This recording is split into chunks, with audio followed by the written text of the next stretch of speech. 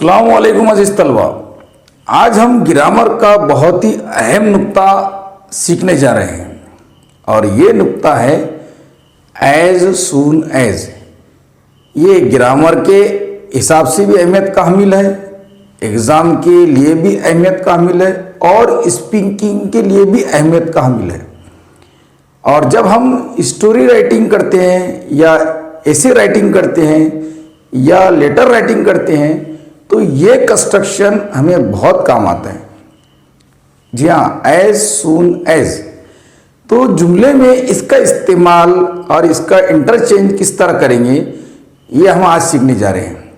तो ये 5वीं से लेकर ग्रेजुएशन तक हर इम्तिहान में इसका सवाल पूछा जाता है और हर कॉम्पिटिटिव इम्तिहान में पूछा जाता है। किसी भी कॉम्पिटिटिव एग्जाम में ये एज सून एज का सवाल रहता ही है। तो इसे कैसे हल करेंगे? तो हम as soon as, no sooner than और हार्डली व्हेन की सीरीज शुरू कर रहे हैं। तो इन तीनों में आपको किसी भी किस्म का हल करते वक्त, बोलते वक्त, लिखते वक्त कोई प्रॉब्लम नहीं होगा, बशर्ते कि आप पूरा वीडियो गौर से देखिए। बहुत ही मुख्तसर सी वीडियो में हम आपको समझा देंगे कि इसे कैसे हल करें या कैसे इस्तेमाल करें। तो चलिए देखते हैं as soon as. As soon as के मानी होते हैं जू ही या जैसे ही। जैसे उर्दू में हम इस्तेमाल करते हैं कि जैसे ही मैं बाहर गया बारिश शुरू हुई, जैसे ही मैं अजान सुनता हूँ मैं नमाज के लिए जाता हूँ, जैसे ही मेरी वालिदा मुझे पुकारती है मैं वालिदा की तरफ दौड़ता हूँ। तो जैसे ही या जू ही मैं पढ़ने बैठता हूँ तो मैं खो जाता हूँ, या जैसे ही मैं पढ़ने बैठता हूँ मैं खो जाता हूँ। तो हम उर्दू में भी इस्तेमाल करते हैं। तो इसी तरह से इंग्लिश में भी इस्तेमाल के लिए एज सून एज का इस्तेमाल करते हैं। तो जो एक्शन पहले होती है, जैसे ही मैंने अजान सुनी तो पहले सुना और फिर मस्जिद की तरफ गया। तो जैसे ही मैंने अजान सुनी मैं मस्जिद की तरफ गया। तो जो पहले एक्शन होती है, जो काम पहले होता है, तो उसके लिए उर्दू में जैसे ही इस्तेमाल करते हैं, उस फिक्रे से पहले जैसे ही इस्तेमाल करते हैं। और इंग्लिश में उस क्लॉज से पहले एज सून एज इस्तेमाल करते हैं। जिस क्लॉज में, जिस जुमले में या जिस क्लॉज में एक्शन पहले होती है उससे पहले एज सून एज इस्तेमाल करते हैं। तो जी हाँ, देखिए एज सून एज की मानी होती है जू ही या जैसे ही। तो ये सारे अल्फाज एज सून एज के हम मानी हैं। अगर जुमले में ये अल्फाज पाए जाते हैं एज, इमीडिएटली, सून, व्हेन या एट वंस, अगर ये जुमले में पहले मौजूद होते हैं एज सून एज इस्तेमाल करने से पहले, तो इन्हें निकाल दिया जाता है। तो यहां पर एज इस्तेमाल हुआ है तो इस एज को निकाल देंगे। जुमले में पहली एक्शन जिसमें हो रही है उससे पहले हम एज सून एज का इस्तेमाल करते हैं। तो जैसे हमने पहले अजान सुनी, हम अजान सुनते हैं और फिर मस्जिद की तरफ जाते हैं। तो लिसन का काम पहले हो रहा है, सुनने का काम पहले हो रहा है, इसलिए इसमें एज सून एज से जुमला शुरू करेंगे। As soon as we start the sentence from as soon as. हम एज सून एज से जुमला शुरू करते हैं। हाँ, जुमले में मौजूद as, immediately, soon, when, at once, no sooner than और हार्डली व्हेन, ये अल्फाज हो तो उन्हें निकाल देंगे। तो यहां पर एज है तो हमने इसे निकाल दिया। जुमला एज सून एज से शुरू किया। As soon as I listen अजान, आई लिसन अजान। जैसे ही मैं अजान सुनता हूं, यहां कॉमा लगाएंगे, फिर दूसरा फिक्रा लिखेंगे, दूसरा क्लॉज लिखेंगे। आई टर्न टू मस्जिद, आई टर्न टू मस्जिद, मैं मस्जिद की तरफ जाता हूं। तो देखिए बहुत ही आसान है, इस्तेमाल करना बहुत ही आसान है। तो हम हर तरह से कि एज सून एज का सवाल कैसे पूछते हैं और एज सून एज का इस्तेमाल हर तरह से कैसे करते हैं, हर तरह का जुमला दूंगा आपको, ताकि किसी भी इम्तिहान में अगर एज सून एज का चेंजिंग पूछता है या एज सून एज का इस्तेमाल पूछता है तो आपको वो आना ही चाहिए। तो चलिए देखते हैं, नेक्स्ट एग्जाम्पल में देखते हैं। When I saw my result, my joy knew no bounds. जब मैंने मेरा नतीजा देखा तो मेरी खुशी की हद न रही। My joy knew no bound, joy knew no bound यानी खुशी की हद ना रहना, तो मेरी खुशी की हद नहीं रही। तो पहली एक्शन देखने की हुई और जुमला स्टार्ट हुआ है व्हेन से। तो मैंने आपको बता दिया हूं कि ये अल्फाज अगर जुमले में पहले मौजूद हो तो एज सुन एज इस्तेमाल करने की पहले इन्हें निकाल देते हैं। तो जुमला व्हेन से शुरू हो रहा है तो इसे निकाल देंगे और जुमला शुरू करेंगे एज सुन एज से। एज सुन एज, जैसे ही आई सा माई रिजल्ट, आई सा माई रिजल्ट, कॉमा,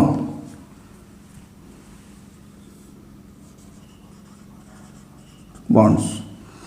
तो देखिए बहुत आसान है, जुमला इस सुने से शुरू करेंगे, जुमले में मौजूद ये अल्फाज हो तो इन्हें निकाल देंगे और आखिरी में फुल स्टॉप लगाएंगे। तो ये आप इस्तेमाल कर सकते हैं स्टोरी राइटिंग में। As soon as the lion saw the deer, as soon as I received your letter, as soon as we begin to do something. तो इस तरह से आप अपने जुमले, अपना एसे, अपना लेटर, अपनी स्टोरी और इम्तिहान में पूछा गया सवाल के इस्तेमाल कीजिए एज सुन एज को। Use as soon as in the sentence. तो आप इस तरह से कर सकते हैं। तो चलिए और एग्जाम्पल मैं देता हूं जो इसके अंदर हमने व्हेन की देखे हैं और एज की देखे हैं। अब अगर जुमले में नो सुनर हो, नो सुनर देन हो, तो उसका एज सुन एज कैसे कन्वर्ट करते हैं? जी हाँ, क्योंकि नो सुनर की भी मानी एज सुन एज के होते हैं, हार्डली व्हेन के भी मानी तकरीबन वही होते हैं। तो अगर जुमले में नो सुनर हो तो उसका एज सुन एज किस तरह करेंगे ये हम सीखने जा रहे हैं। देखिए जुमले में अगर नो सुनर दिया हुआ हो और आपको कहा जा रहा है कि use as soon as at that time, what will you do? Let's see. तो सबसे पहले हम जुमला एज सुन एज से शुरू करेंगे। अगर जुमले में नो सुनर देन मौजूद हो, नो सुनर और देन मौजूद हो, तो ये अल्फाज तो इस्तेमाल होंगे ही नहीं, क्योंकि नो सुनर खुद इनके हममानी अल्फाजों में होता है। तो जुमला एज सुन एज से शुरू करेंगे, एज सुन एज। अब जुमले में नो सुनर हो तो उसे निकाल देंगे और देन हो तो उसे निकाल देंगे। देन, THN, देन, ये दो चीज हो तो उसे निकाल देंगे। एज सुन एज शुरू करें। अब यहां पर देखिए डिड ही सिट, जैसे कि जैसे ही वो पढ़ाई करने बैठा तो तब उसके दोस्त उससे मिलने आ गए।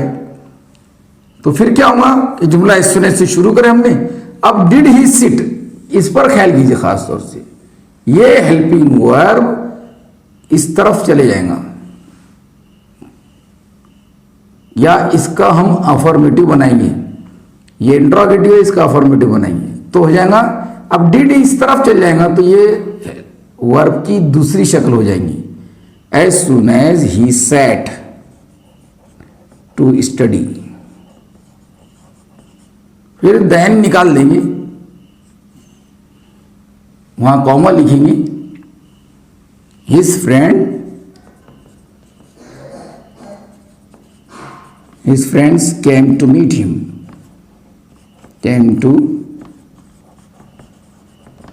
हिम, बहुत आसान है। हेल्पिंग वर्ब का ख्याल रखिए, हेल्पिंग वर्ब सब्जेक्ट के बाद चला जाएगा। अब डिड अगर सब्जेक्ट के बाद चला जाता है तो वो वर्ब में शामिल हो जाता है।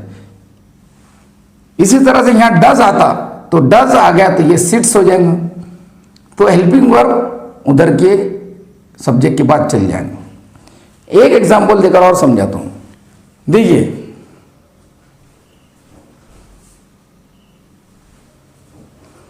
अब इसमें नो सुनर दिया हुआ है और पूछा जा रहा है कि एज सुन एज का इस्तेमाल कीजिए। तो जुमला एज सुन एज से शुरू करेंगे, एज सुन एज। जुमले में नो सुनर हो तो निकाल देंगे। अब देखिए यहां पर जो इज है वो कहां चले जाएगा? द मिल्क के बाद, क्योंकि मिल्क यहां पर ऑब्जेक्ट है, इसके बाद यानी वर्ब से पहले आ जाएगा। तो as soon as the milk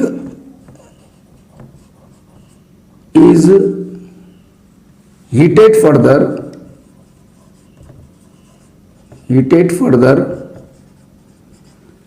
जुमले में मौजूद देन हो तो निकाल देंगे, क्योंकि हम एज सून एज का इस्तेमाल कर रहे हैं। वहां पर हम लगाएंगे comma, it begins to spill out, तो वो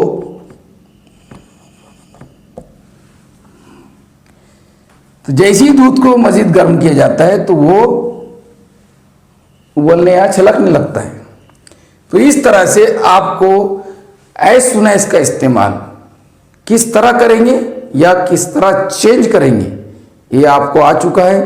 अब मैं आपको कुछ एग्जाम्पल्स दूंगा, आप उन तमाम एग्जाम्पल्स को हल करके कमेंट बॉक्स में बताएंगे लिखकर, या अपने नोटबुक में ज़रूर लिखिए, ताकि आपको एज सून एज का पूरा इस्तेमाल आ जाए, स्पीकिंग में भी, राइटिंग स्किल में भी।